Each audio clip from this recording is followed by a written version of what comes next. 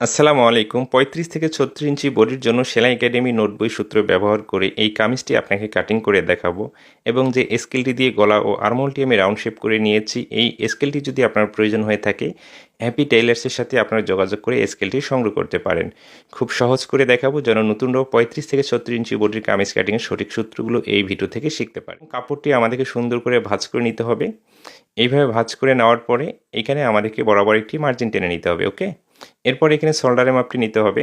৩৬ ইঞ্চি বডির জন্য ৬ ইঞ্চি ২৫ পয়েন্ট শোল্ডারের মাপটি নিতে হবে এবং শোল্ডার ডাউন ৭৫ পয়েন্ট নিতে হবে এবং এই দিক থেকে ২.৫ ইঞ্চিতে সবার জন্য মার্জিনটি করে নিতে হবে। নেওয়ার পরে এই মার্জিনটি ক্রস করে টেনে নিতে হবে।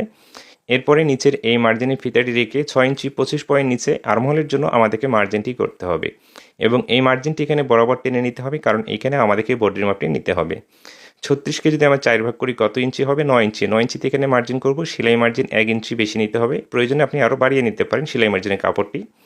শোল্ডারে আপনি ৬ ইঞ্চি ২৫ পয়েন্ট, এখানেও ৬ ইঞ্চি ২৫ পয়েন্টে মার্জিনটি করে এই মার্জিনটিকে সুন্দর করে সোজা করে টেনে নিতে হবে এবং এইখানে যে পয়েন্টটি তৈরি হয়েছে এখানে একটি ক্রস লাইন টেনে নিতে হবে এবং এইখানে ফিতাটি রেখে ১ ইঞ্চি উপরে একটি মার্জিন করতে হবে এবং আর্মহোলের মাপটিকে ঠিক মাঝখানে একটু ভাগ করতে হবে। এভাবে মাঝখানে ভাগ করে একটি মার্জিন টেনে নিতে হবে এবং শোল্ডার থেকে দেখুন ২ পয়েন্ট ভিতরে এই মার্জিনটি টেনে নিতে হবে। তো এখন সেই চায়না স্কেলটি ব্যবহার করে আর্মহোলের রাউন্ড শেপটি আমি খুব সুন্দর করে নেব। আবারও বলে দিচ্ছি, এই চায়না স্কেলটি যদি আপনাদের কারো প্রয়োজন হয়ে থাকে হ্যাপি টেইলার্সের সাথে যোগাযোগ করে স্কেলটি আপনারা সংগ্রহ করতে পারবেন। তো এইভাবে বসে সুন্দর করে এই রাউন্ড শেপটি আমাদেরকে করে নিতে হবে। আর্মহোলের রাউন্ড শেপটি কমপ্লিট করা হয়ে গেলে এখন গলার পাশে মাপটি নিতে হবে। গলার পাশে মাপটি ৫ ইঞ্চি নেব। ৫কে ২ ভাগ করলে কত হচ্ছে? ২.৫ ইঞ্চি। এখানে ২৫ পয়েন্ট কম নিয়ে ২ ইঞ্চি ২৫ পয়েন্টে মার্জিন করব। গলার লম্বাটি এখানে ৫ ইঞ্চি নিতে হবে। এই পাশেও এখানে ২ ইঞ্চি ২৫ পয়েন্টে মার্জিন করে মার্জিনটি টেনে এখানে আমাদেরকে বক্স তৈরি করে নিতে হবে। এভাবে বক্স তৈরি করে স্কেলের সাহায্যে গোল গলা রাউন্ড শেপটি আপনি খুব সহজে করে নিতে পারেন। দেখুন আমার কিন্তু যেখানে পয়েন্টটি মিলে যাচ্ছে সেখানে আমি এভাবে স্কেলটি থেকে রাউন্ড শেপটি করে নিচ্ছি। তো এইখানে এখন আমরা কি করব? ১/২ ইঞ্চি সেলাই মার্জিনে কাপড় নিচের দিকে অ্যাড করে নেব। নেওয়ার পরে এতটুকু মার্জিন টেনে নিতে হবে। আপনি যদি আমার ফেসবুক পেজে নতুন হয়ে থাকেন, পরবর্তী ভিডিওগুলো নিয়মিত পাওয়ার জন্য অবশ্যই পেজটিকে ফলো দিয়ে রাখতে হবে। ২.৫ ইঞ্চিতে মার্জিন করেছে এবং শোল্ডারের যে মার্জিন সেই ২ মার্জিনের মাঝখানে এখানে একটি পয়েন্ট তৈরি করে এইভাবে ফিতাটি স্ট্রেট রাখতে হবে। এই কামিজটা আমি ৪০ ইঞ্চি লম্বা তৈরি করব, তাই ২০ ইঞ্চি নিচে সাইড ফ্রেম মাপটি নিয়েছি এবং ৪০ ইঞ্চি লম্বা নিয়েছি এবং সেলাই মার্জিনের কাপড় এক্সট্রা নিয়েছি এবং এই ২ মার্জিনের মাঝখানে একটি মার্জিন করতে হবে। এইখানে আমাদেরকে পেটের মাপটি নিতে হবে। এইভাবে এই মার্জিনগুলো সুন্দর করে স্কেলের সাহায্যে আমাদেরকে টেনে নিতে হবে। ওকে, মার্জিনগুলো টেনে নেওয়ার পরে এই নিচের যে ২টি মার্জিন আছে এই ২টি মার্জিনও টেনে নিতে হবে। ৩৫ থেকে ৩৬ ইঞ্চি বডির একটি কামিজ কাটিং সঠিক সূত্র দ্বারা কীভাবে কাটিং করতে হবে এই ভিডিওটি কমপ্লিট দেখলে আপনি প্রতিটি সূত্র সঠিকভাবে শিখতে পারবেন। মনোযোগ দিয়ে ভিডিওটি দেখুন। পেটের মাপটি ৩০ ইঞ্চি নেব। ৩০কে ৪ ভাগ করে ৭.৫ ইঞ্চিতে মার্জিন করেছি এবং কোমরের মাপটি ৩৬ নেব। ৩৬কে ৪ ভাগ করে ৯ ইঞ্চিতে মার্জিন করেছি। এখানে ৯ ইঞ্চি, এখানেও ৯ ইঞ্চিতে মার্জিন করতে হবে। ২.৫ ইঞ্চি এক্সট্রা নিতে হবে। সেলাই মার্জিনের জন্য ১ ইঞ্চি এক্সট্রা নিতে হবে। ওকে, এইভাবে নেওয়ার পরে বডির মাপটির সাথে পেটের এই মার্জিনটি মিলিয়ে দিতে হবে এবং এই মার্জিনগুলো বরাবর কিন্তু আমাদেরকে সুন্দর করে মিলিয়ে দিতে হবে।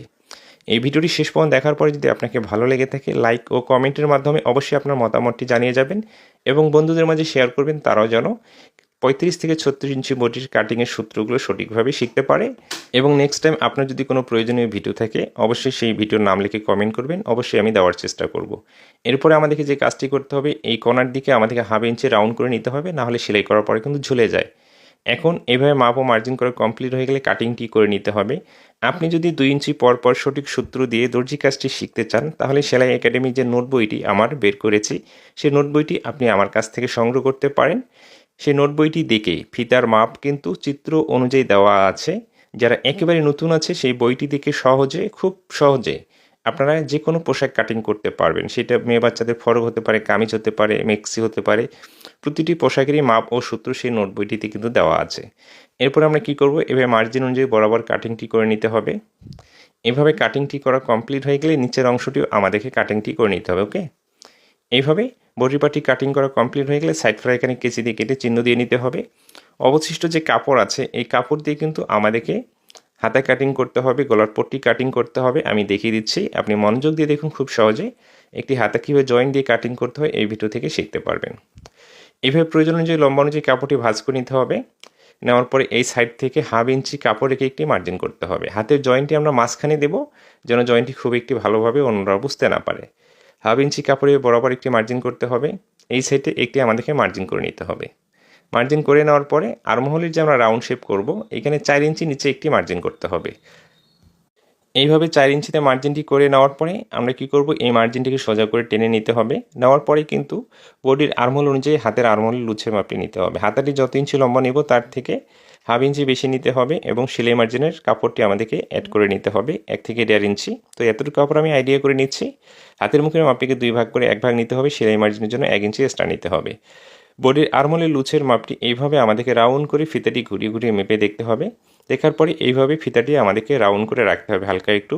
এইভাবে বডির আর্মহোল লুচের মাপ অনুযায়ী হাতের লুচের মাপটি নিতে হবে। এরপরে এই যে মার্জিনটি আমাদেরকে সোজা ক্রস করে টেনে নিতে হবে। এরপরে আমাদেরকে যে মাপগুলো নিতে হবে, তো এই মার্জিন থেকে এখানে আমি 3.5 ইঞ্চি দূরে একটি মার্জিন করে নিচ্ছি এবং এখানে 1 ইঞ্চিতে একটি মার্জিন করে নিচ্ছি। এখান থেকে কিন্তু রাউন্ড শেপটি এইভাবে এসে মাঝখানে এখানে আবার নিচের দিকে যাবে। তো এখানে আমি স্কেলের সাহায্যে রাউন্ড শেপটি করে নিচ্ছি। আবারও বলে দিচ্ছি, এই স্কেলটি যদি আপনাদের প্রয়োজন হয়ে থাকে হ্যাপি টেইলার্সের সাথে আপনারা যোগাযোগ করতে পারেন। তো এতটুকু মার্জিন নেওয়ার পরে ভিতরের দিকেই মার্জিনটি আমাদেরকে করে নিতে হবে। খুব সহজেই এই স্কেলটির মাধ্যমে আপনারা রাউন্ড শেপগুলো করে নিতে পারবেন। এরপরে যে কাজটি করতে হবে, হাতের মুখের এই মাপটির সাথে লুচের যে মাপটি নিয়েছিস এই দুইটি মার্জিন আমাদেরকে সুন্দর করে মিলিয়ে দিতে হবে। এইভাবে কিন্তু একটি তালপাট ছাড়া হাতা আমাদেরকে কাটিং করে নিতে হয়। তালপাট দিয়ে একটি হাতে কীভাবে কাটিং করতে হবে এই বিষয়ের উপরে প্রচুর ভিডিও আছে কামিজ কাটিংয়ের আমার ইউটিউব চ্যানেল এবং ফেসবুক পেজ, সেখান থেকে আপনি দেখে শিখে নিতে পারেন। এইভাবে মার্জিন অনুযায়ী হাতাটি কাটিং করা হয়ে গেলে আমাদের কিন্তু শুধু গলার পট্টিটি কাটিং করতে হবে। এখন যদি আমি এইভাবে এই দুইটি পার্ট মিল করে দেখাই, দেখুন এখানে অটোমেটিকলি মিলে যাচ্ছে, তাই না? এটাই হচ্ছে হাতা কাটিং করার সঠিক নিয়ম। এখানকার অবশিষ্ট কাপড় দিয়ে গলার পট্টিটি কাটিং করতে হবে। আবারও বলে দিচ্ছি, আপনি যদি 2 ইঞ্চি পর পর যে কোনো পোশাকের সূত্রগুলো শিখতে চান, সব ধরনের লেডিস পোশাকে, সেলাই একাডেমি আমি যে নোট বইটি প্রকাশ করেছি সেই নোট বইটি আপনি আমার কাছ থেকে সংগ্রহ করতে পারেন। স্ক্রিনে দেখা ফোন নম্বর দিয়ে আপনি আমার সাথে যোগাযোগ করতে পারেন। তো এইভাবে বডির পার্টটি বিছিয়ে, ঠিক আছে, আমাদের গলার পট্টিটি কাটিং করে নিতে হবে। এইভাবে কাটিংটি করে নেওয়া কমপ্লিট হয়ে গেলে এর মানে কামিজটি আমাদের কাটিং করে একেবারেই কমপ্লিট হয়ে গেছে। এই ভিডিওতে যে মাপ ও সূত্রগুলো দেখানো হয়েছে 35 থেকে 36 ইঞ্চি বডির জন্য প্রযোজ্য থাকবে।